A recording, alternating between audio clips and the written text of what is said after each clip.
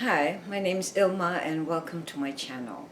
I've been posting Christian blogs 12 straight years every day. Today I'd like to share Exodus 29 verses 10 to 18. Here is the word of God. Then you shall bring the bull before the tent of meeting. Aaron and his sons shall lay their hands on the head of the bull.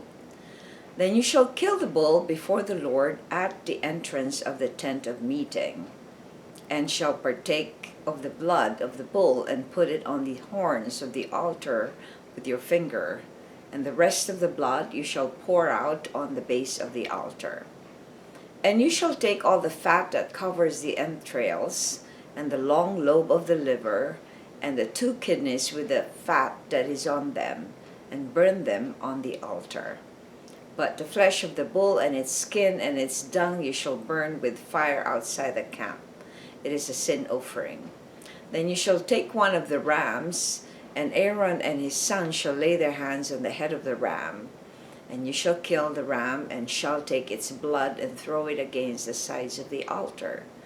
Then you shall cut the ram into pieces, and wash its entrails and its legs, and put them with its pieces and its head, and burn the whole ram on the altar. It is a burnt offering to the Lord. It is a pleasing aroma, a food offering to the Lord. Exodus 29, 10 to 18. Here's my commentary. The holiness that God requires. Moses was given instruction by God for the sin and burnt offering to the Lord. Since the altar of judgment had 4 horns located in the courtyard, as mentioned in Exodus 27 verse 2, the Lord specified that the blood of the animal was to be placed on the horns before the rest of it was poured out at the base. These requirements would be repeated throughout the book of Leviticus. In the Bible, the horns symbolize power and refuge, as mentioned in Psalm 18 verse 2. So the pouring of the blood on the horns would signify that they were given much more power. According to inspiredscripture.com, the transfer of sins from the sinner to the blood of the sacrifice also points us to what Jesus did for us. In Galatians 3 verse 13, Jesus saved us from the curse of the law by becoming a curse for us. The liver and the kidney of the animals were burned. Our kidneys and liver are very essential organs in our bodies that keep us clean, since they remove toxins in our bodies. They pull out toxins and waste from the blood, regulate blood pressure since it balances water and salt in the body. God requires holiness in His people since He is holy, just as 1 Peter 1 verse 16 says. In Isaiah 35 verse 8, he mentions a highway called the way of the righteous. People will not travel on it. It's called the way of the righteous, and those who are unclean will not travel on it.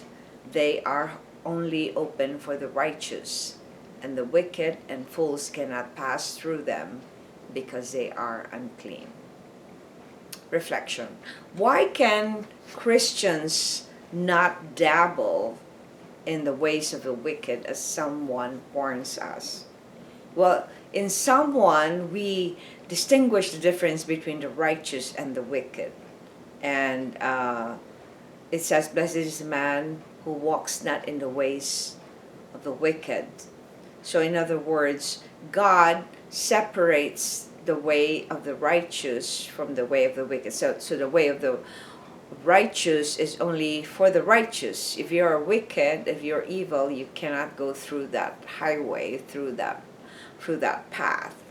So we cannot dabble. We cannot say that we are Christians and dabble into sin. We cannot be habitual sinners. We are all sinners, but we cannot make a habit of sin, because the habit of sin is the way of the wicked.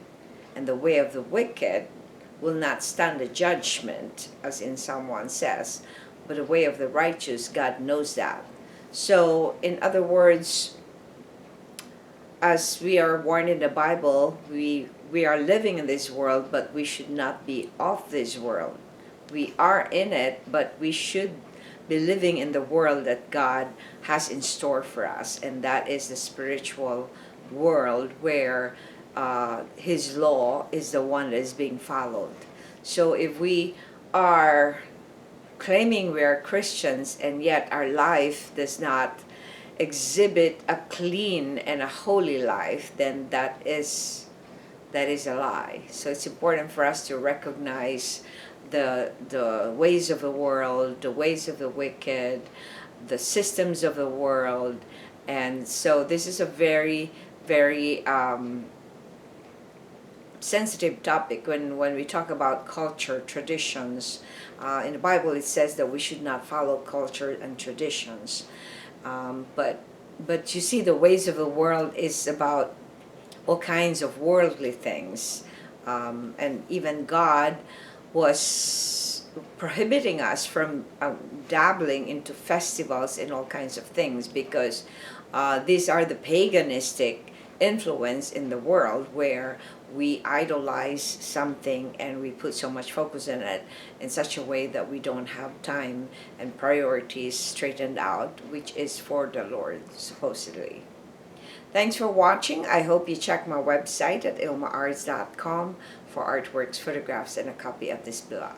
Please subscribe to my channel on YouTube so I could make more videos, give you the Word of God. If you haven't already, check over 3,000 videos I've done. Over the years I've been doing this daily. Just type on Google or YouTube search ILMA'S Poem Devotional. Have a wonderful day.